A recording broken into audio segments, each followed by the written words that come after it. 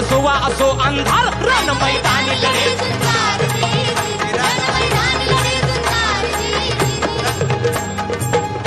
अफजल खानाच्या वधानंतर त्याचा मुलगा फाजल खान आणि सिद्दी जोहर यांनी प्रचंड फौज घेऊन पन्हाळ्याला वेढा दिलेला आहे.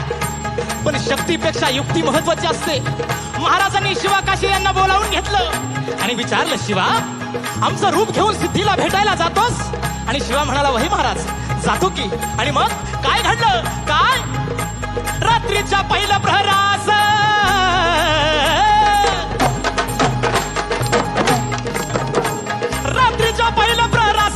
सुमारास गड उतरण्यास शुभ पालखीत बाजी संगती. पावसानं ओली झाली धरती, रात अंधारी मावळ चालती. दुसऱ्या पालखीत शिवा काशीत मोठ्या रुबाबात चालला दादा.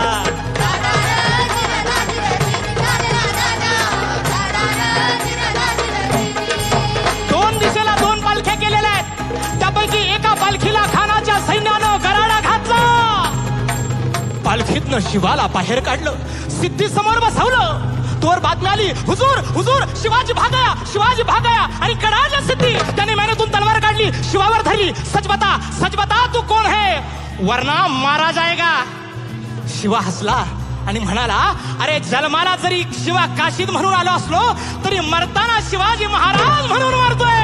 हे भाग्य काय कमी आहे का? आणि कडाला सिद्धीची तलवार चालल्या गेली आणि शिवा संपला गेला.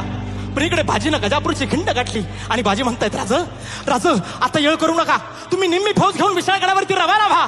आम्ही खिंडीत राहून शत्रूंना अडवून धरतो. राजे म्हणतायत, नाही बाजी, जीवाची बाजी लावून आपण इथवर आलोय. आता जे होईल ते मिळून करू.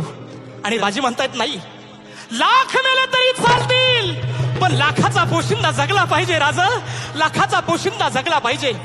आणि मग त्या खिंडीच्या तोंडाला काय प्रकार झाला? काय काय उभा राहून बाजी खिंडीला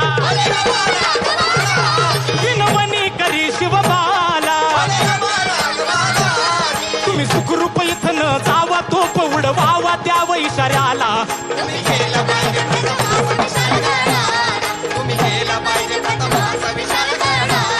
आलो आलो आता चितीला, मी ठार करतो सिद्धीला. बाजीचा ताव तो वार करतो मी ठार दृष्ट शत्रूला.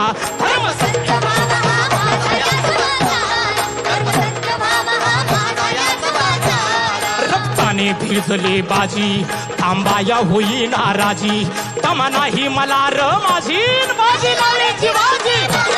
कधी पोचल तेथे गडावरी राज शिवाजी. रक्ताच्या थारोळ्यात असलेला बाजी प्रभू म्हणतायत, अशी सगळा असा गोळीचा भार बाजीला लागला. तरी बाजी म्हणतायत, राजा आपण गडावरती पोचला नाहीत. राजा जोवर आपण गडावरती पोचणार नाही तोवर या बाजीचा प्राण जाणार नाही. राजा आणि मग काय घडलं? काय आवाज कडाडला.